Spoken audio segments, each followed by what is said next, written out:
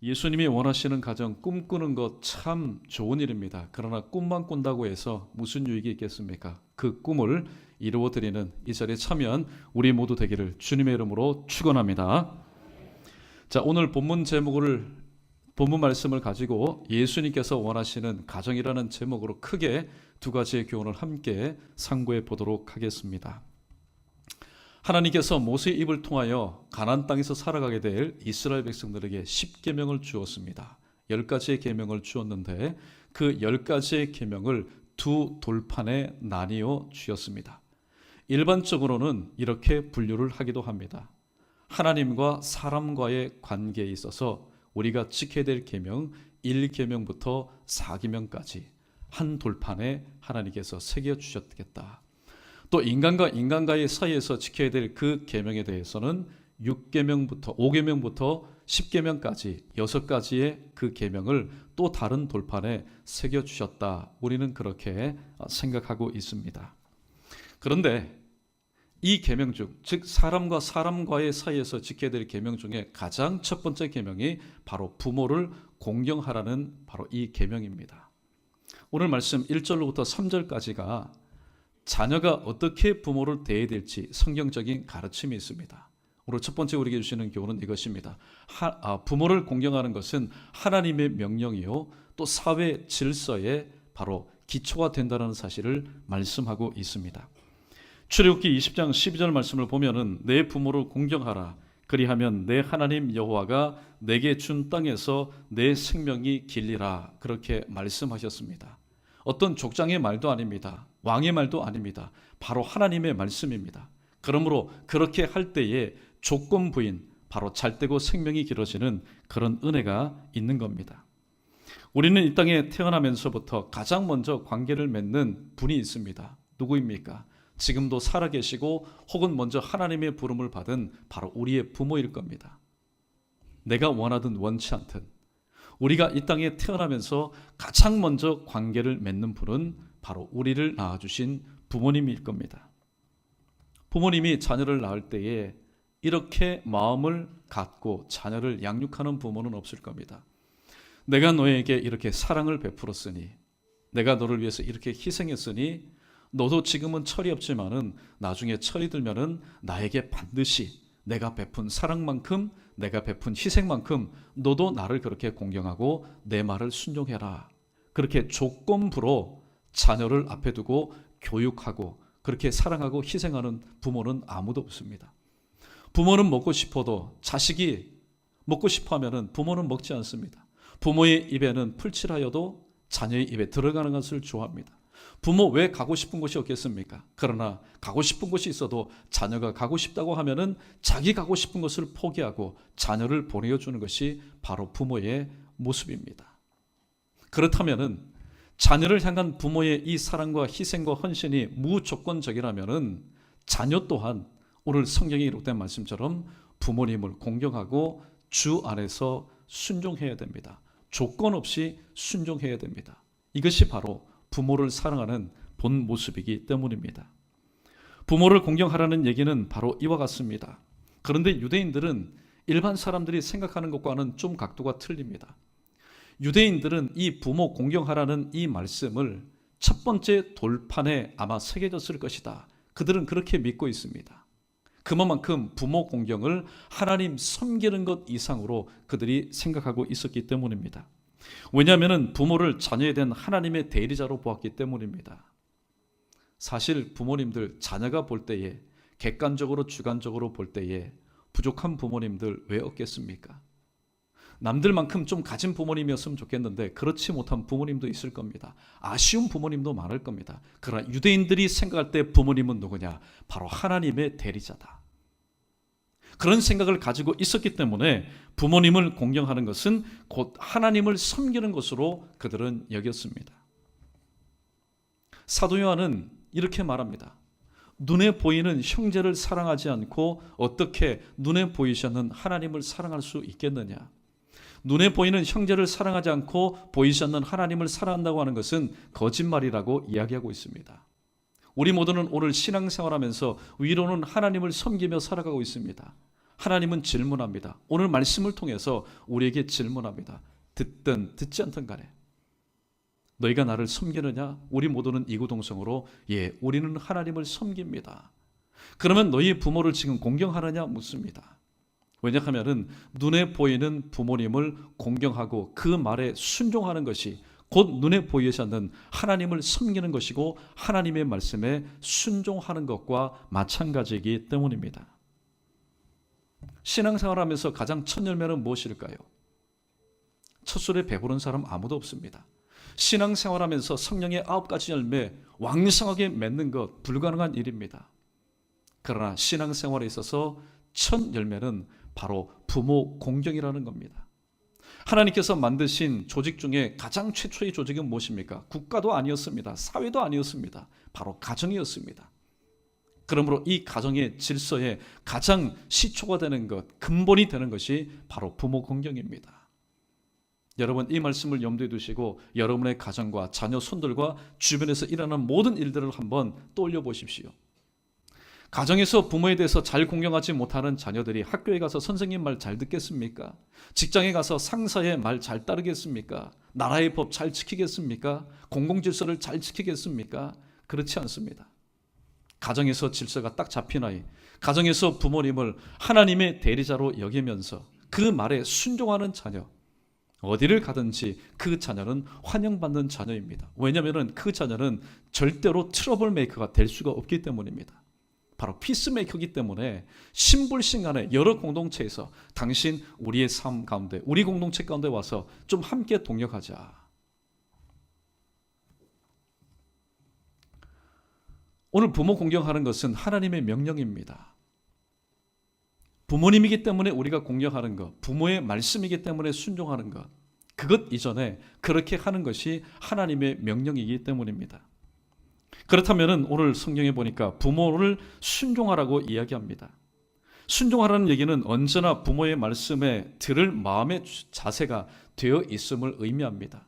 순종이라는 것은 그 말에 따르는 것을 의미하는 것이 아니라 그 말, 어떤 말을 하든지 간에 부모님의 말씀이기 때문에 내가 들을 마음의 준비를 갖는 것. 이것이 바로 순종입니다. 그런데 주 안에서 순종하라고 이야기합니다. 그런데 자녀들 중에는 이런 자녀들이 혹간이 있습니다.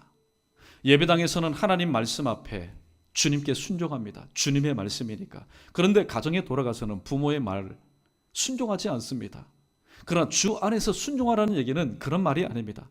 네가 주님의 말씀에 순종하였다면 순종하는 것과 마찬가지로 부모의 말도 순종하라는 의미입니다.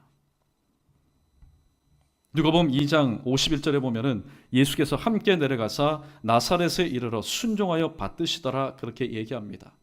예수님께서는 두 분의 아버지를 모시고 있었습니다. 한 분은 하나님 아버지요, 또 한 분은 바로 육신의 아버지였습니다.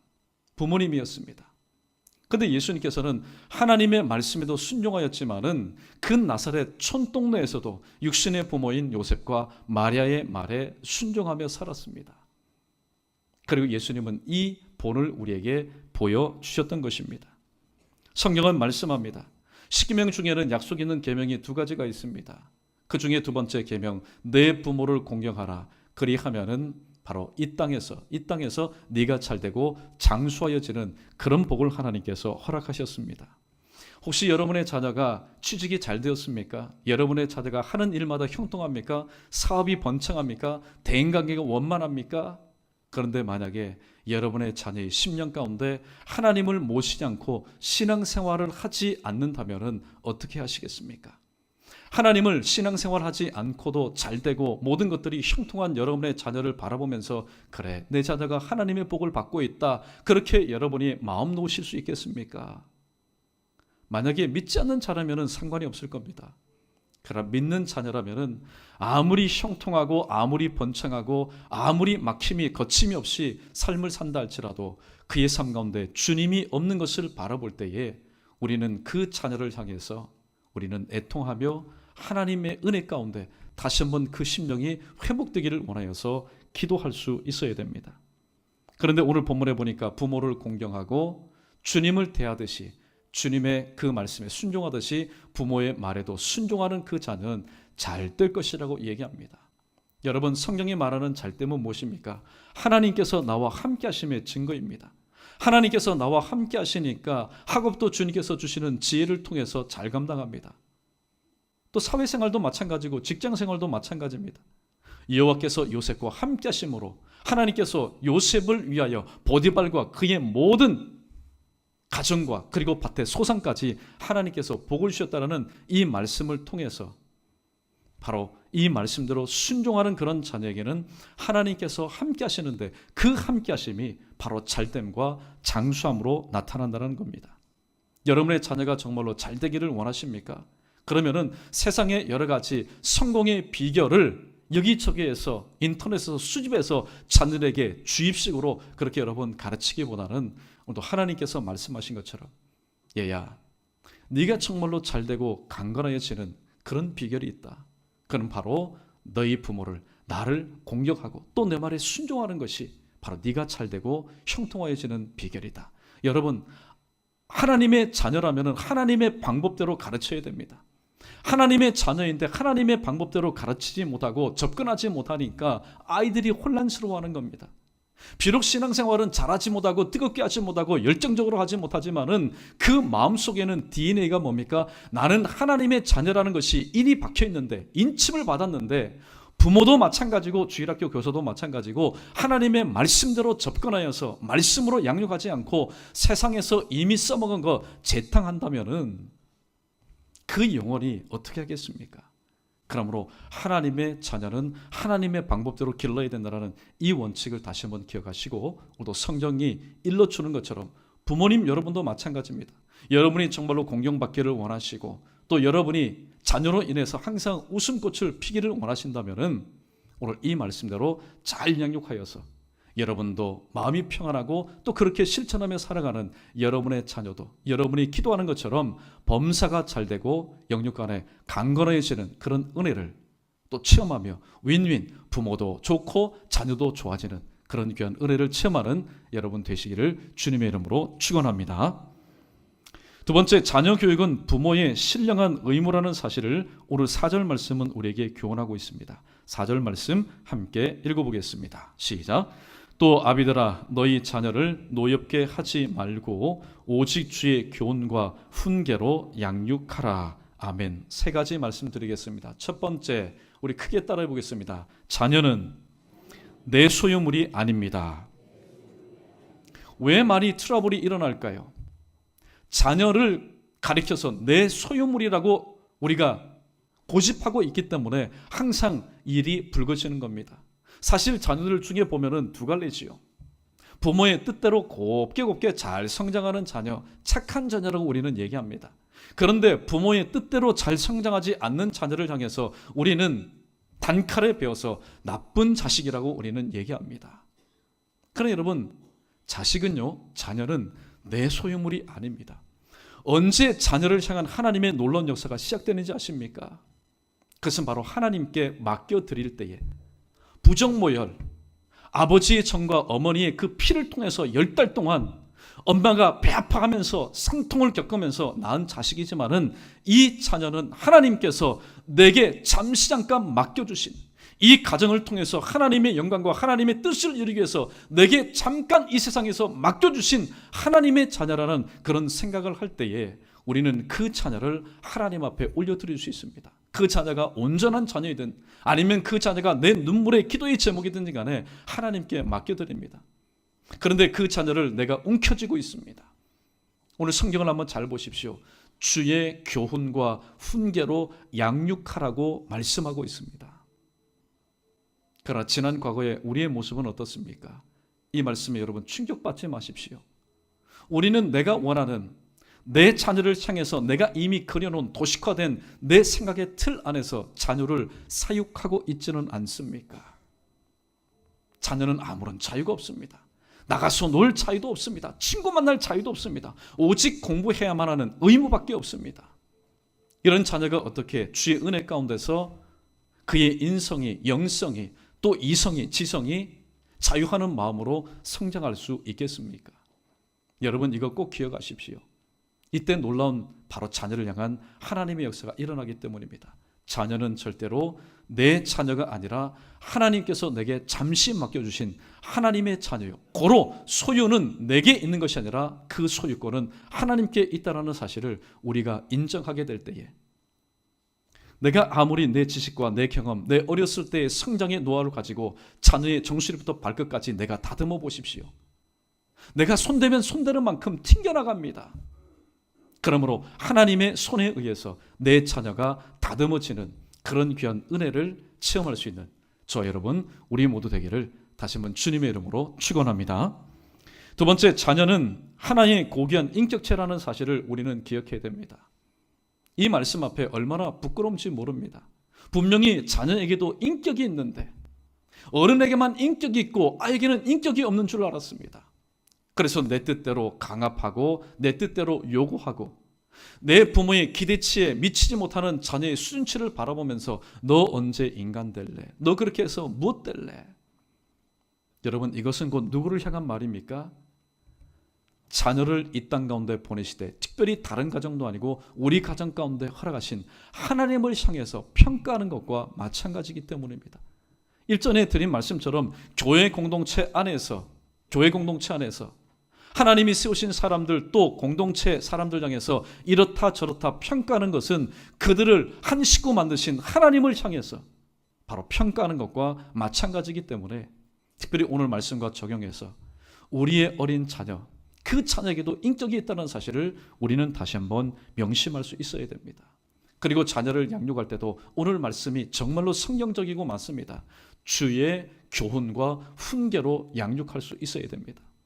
그런데 부모된 우리들 가운데 이 아이의 영혼을 향해서 오늘 또 양육하는, 교훈을 가르치고 훈계하는 자녀들이 얼마나 있습니까? 자녀는 알고 있습니다. 내가 하나님의 자녀라는 것, 내가 신앙생활을 잘해야 한다는 것, 자녀들은 다 알고 있습니다. 그런데 단지 철이 들지 않아서, 단지 이 모든 것이 체계화되지 않아서, 습관화 생활화되지 않아서 잘하지 못할 뿐이지 이미 우리의 자녀들은 다 알고 있습니다. 그런데 부모가 그 자녀를 양육하고 교훈할 때에 하나님의 자녀를 하나님의 방법대로, 하나님의 원하시는 그런 모습대로, 방식대로 양육을 해야 되는데, 만약에 가정에서 또 주일학교에서 세상에서 듣는 똑같은 소리를 듣는다면 아이들의 그 귀는 어떻게 들리는지 아십니까? 또 잔소리한다, 또 잔소리한다. 그래서 말을 하지 않습니다. 그러나 여러분, 듣든지 아니 듣든지 간에 우리는 말을 해야 되는데, 교훈하고 훈계를 해야 되는데, 그의 영혼을 향해서 우리는 말씀을 전할 수 있어야 됩니다. 사실 이 자리에 오신 여러분도 마찬가지입니다. 설교 시간에 일상생활에 있었던 일들 얘기하면 얼마나 편합니까? 야, 목사님 참 상식이 많아. 예, 목사님도 사회생활에 관심이 참 많은 것 같아. 왜냐하면 내가 일상생활 가운데서 이미 알고 있는 것을 다시 말하니까. 그러니 여러분, 얼마나 손해가 되는 시간입니까? 지금 여러분이 이 하나님의 말씀 듣는 설교 시간은요, 일상생활에서 일어났던 것을 다시 한번 강조해서 함께 공론화해서 그것에 대해서 동의하고 찬성하는 그런 시간이 아닙니다. 내 잠자는 영혼, 회복되지 못하는 내 영혼, 답답하고 갑갑한 이 영혼이 하나님의 말씀을 통해서 다시 한번 회복되는 시간이기 때문입니다. 우리 자녀를 향해서도 마찬가지입니다. 자녀들이 아직까지 신앙에 철이 들지 않아서 그렇지, 그의 영혼이 부모님의 입술을 통해서, 교사의 입술을 통해서 듣기를 원하는 말은 무엇일까요? 세상에 이미 다 떠돌고 있는 새로 이슈화되는 말이 아니라 바로 하나님의 생명의 말씀인 줄로 믿습니다. 여러분, 세상의 말 들으려면은 좋은 강의가 있는 그런 곳으로 가지 왜 이 교회에 와서 하나님의 말씀을 듣습니다? 왜 말씀을 듣습니까? 항상 하나님의 자녀를 대할 때도 마찬가지고, 하나님의 성도를 대할 때도 마찬가지고, 말씀을 전하는 자나 말씀을 가르치는 자의 그 기준이 확실히 서 있어야 됩니다. 그들의 육신의 귀를 향해서 하나님의 말씀을 증가하는 것이 아니라 오늘 또 답답하고 막막하고 갑갑해서 이 모든 것에 의해서 발목 잡힌 이들이 하나님의 말씀으로 인해서 자유함을 얻기를 원하는 그들의 영혼을 향해서 하나님의 말씀을 증거해야 하기 때문입니다. 자녀 교육하기 참 힘듭니다. 왜 힘들까요? 그것은 다른 이유가 없습니다. 하나님의 자녀인데 내 방법대로, 하나님의 자녀인데 세상의 방법대로 자녀를 양육하려고 하기 때문에 여러분 힘든 겁니다. 자녀의 마음 가운데는 예수의 마음을 심어줄 수 있어야 됩니다. 예수의 마음을 심어줄 수 있어야 됩니다. 그래서 예수님의 마음을 품고 오늘 말씀한 것처럼 맞다, 내가 잘 될 수 있는 비결이 뭐냐, 그 비결을 세상 인터넷에서 혹은 성공한 어떤 케이스에서 뽑아서 내 삶 가운데 적용하는 것이 아니라 바로 하나님의 말씀 가운데서 내가 앞으로 잘 될 수 있는 비결이 뭘까, 내가 앞으로 형통할 수 있는 비결이 무엇일까, 하나님의 말씀 가운데서 그 비결을 캐치해내서 나의 삶 가운데 적용해서 사랑할 수 있는 자녀로 양육할 수 있다면 그 부모가 가장 최고의 부모요, 그 부모가 그 자녀를 향한 하나님께서 예비하신 정말로 성경적인 부모 아니겠습니까? 그러면 우리는 잠언 22장 6절 말씀을 절대로 잊어서는 안 됩니다. 마땅히 행할 길을 아이에게 가르치라. 그리하면 늙어도 그것을 떠나지 아니하리라. 그런데 그 말씀대로 마땅히 행할 길을 가르치지 않습니다. 오히려 세상 길 아무런 방해 없이 남들은 몇 번 떨어지고 재수삼수하는데 내 자녀는 한 번에 붙었다고 해서 세상의 길로 나갈 때에 부모는 박수를 칩니다. 그리고 이것이 세상의 형통한 길이라고 우리는 생각합니다. 그런 것은 잘못된 겁니다. 비록 몇 번 성공하지 못하고 실패했다 할지라도 주님께서 말씀하신 것처럼 그 아이를 향한, 그 자녀를 향한 좁고 협착한 길, 주님이 늘 동행하시고 위로해 주시고 때로는 회복시켜 주시고 함께 하시는 그 길을 걸어갈 때에 부모는 정말로 감사와 뜨거운 눈물을 통해서 그 아이의 앞날을 위해서 축복해 주면서 함께 기도로 동력할 수 있어야 됩니다. 그러면 마땅히 행할 길이 뭡니까? 전도서 12장 13절에 보니까 하나님을 경외하고 그 명령을 지킬지어다. 이것이 모든 사람의 본분이라고 말하고 있습니다. 여러분은 얼마나 여러분의 자녀를 향해서 하나님 예배하는 법, 얘야, 이것이 하나님을 예배하는 법이다. 얘야, 이것이 하나님의 말씀에 순종하며 사는 법이다. 우리가 얼만큼 아이들을 향해서 가르치고 또한 본을 보였습니까? 사실 이 질문 앞에 부끄러운 모습이 참 많습니다. 어떻게 하면 취직할 수 있을까? 어떻게 하면 잘할 수 있을까? 어떻게 하면 뒤처지지 않고 승리하고 1등할 수 있을까? 이런 떠도는 소리 소문 정보를 아이들에게 주입하는데 급급한 삶을 우리가 살고 있지는 않았습니까? 말씀을 정리하도록 하겠습니다. 오늘 디모데전서 4장 5절에 보니까 하나님의 말씀과 기도로 거룩하여 지니라 말하고 있습니다. 아무런 사고 없이 그저 형통하게 세상과 뒤섞여서 동화되어 살아가는 그런 모습을 바라보며 내 자녀가 형통하구나, 내 자녀가 하나님의 은혜로 사는구나, 그렇게 우리가 착각해서는 안 됩니다. 자녀가 세상 가운데서 하나님의 말씀과 기도로 구별되어 살면서 여러 가지 갈등과 고민하는 그런 모습을 바라보면서 부모는 안타깝지만은 얘야, 이것이 네가 살아갈 방법이다. 이에 굴하지 말고 극복할 수 있도록 내가 하나님 앞에 기도하마. 너도 이 일로 인해서 상처 입지 말고 오직 이 모든 일을 통해서 다시 한번 믿음의 부유한 자로 승리하기를 바란다. 여러분, 그렇게 축복해주는 부모, 그리고 그런 축복하에서 살아가는 그런 자녀가 정말로 주님께서 원하시는 자녀요, 주님께서 원하시는 부모요, 주님께서 원하시는 가정의 모습 아니겠습니까? 오늘 말씀 크게 두 가지를 말합니다. 부모를 공경하라.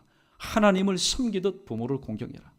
또 부모의 말에 순종해라. 하나님의 말씀에 순종하듯 부모에게 순종하라. 그리하면 너희가 잘되고 또 이 땅에서 장수하리라고 말씀합니다.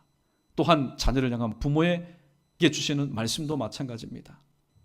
자녀를 노엽게 하지 말고. 여러분, 왜 노엽게 합니까? 절대로 하나님께서 원하시는 그런 방법으로 자녀를 양육하면요 노엽게 할 수가 없습니다. 그러나 내 방법대로 내 뜻대로 하려고 하다 보니까 그에 부합하지 못하고 따르지 못하는 자녀를 바라볼 때에 또 하나님의 마음이 먼저 앞서는 것이 아니라 때로는 감정이 먼저 앞서기 때문에 자녀를 노엽게 하는 겁니다. 그렇게 하지 말고 주의 교훈과 훈계로 양육하라. 이것이 바로 옳은 부모의 교육 방법이라고 말씀하고 있습니다. 그런데요, 자녀를 양육함에 있어서는 이것이 관건입니다. 주의 말씀대로 교훈과 훈계로 양육했습니다. 그런데 그 양육을 하였다면 양육받은 우리의 자녀 손들이 대번에 변화되면 얼마나 좋겠습니까? 그런데 변화되지 않습니다. 우리가 잘 알고 있는 어거스틴을 한번 보십시오. 집을 떠나간 지 18년 동안 부모는 할 수 있는 것이 무엇입니까? 그저 눈물 뿌려서 하나님 앞에 기도하는 것뿐이었습니다. 어거스틴은 돌아왔습니다. 그런데 언제 돌아왔습니까? 18년 동안 세상에서 방황하다가 그러나 결국에는 돌아왔습니다. 기도하는 우리의 자녀도 분명히 변화될 거고 분명히 회복될 겁니다. 그러나 그 기간이 있다라는 겁니다. 그러므로 우리에게는 자녀를 양육할 때 오래 참음의 모습이 필요합니다. 여러분, 자녀가 성장함에 있어서 참지 못한다면 그 자녀를 어떻게 우리가 온전히 길러낼 수 있겠습니까? 군인도 마찬가지입니다. 한번 훈련시켰다고 해서 완벽한 군인으로 성장하는 그런 군인은 없습니다.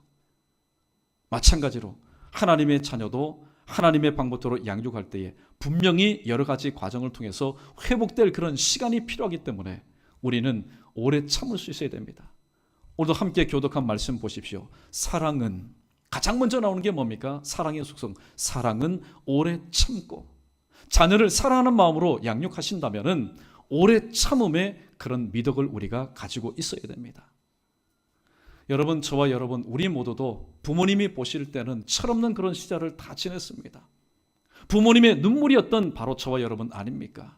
그러나 10년이고 20년이고 30년이고 내 머리 백발이 되어도 또 백발이 된 그 부모님이 오늘까지 참아주시고 오늘까지 인내하는 가운데 오늘의 우리의 모습이 되었던 것을 다시 한번 우리가 기억할 수 있다면 자녀에게 하나님의 말씀의 씨앗과 또 소망을 심어주었다면 그 모든 것이 하나님의 때에 이루어짐을 다시 한번 기억하시고 무엇보다도 주님께서 오늘 또 나를 용납하시고 나를 기다려주시고 오래 참으시는 것처럼 자녀 양육함에 있어서도 오래 참음을 통해서 반드시 그때에 나의 눈물의 이 열매가 자들을 통해서 빛난 열매로 맺어지는 그런 귀한 은혜를 체험하되 예수님께서 원하시는 그런 가정을 다시 한번 만들기에 힘쓰고 애쓰는 저와 여러분 우리 모두 되기를 주님의 이름으로 간절히 축원합니다.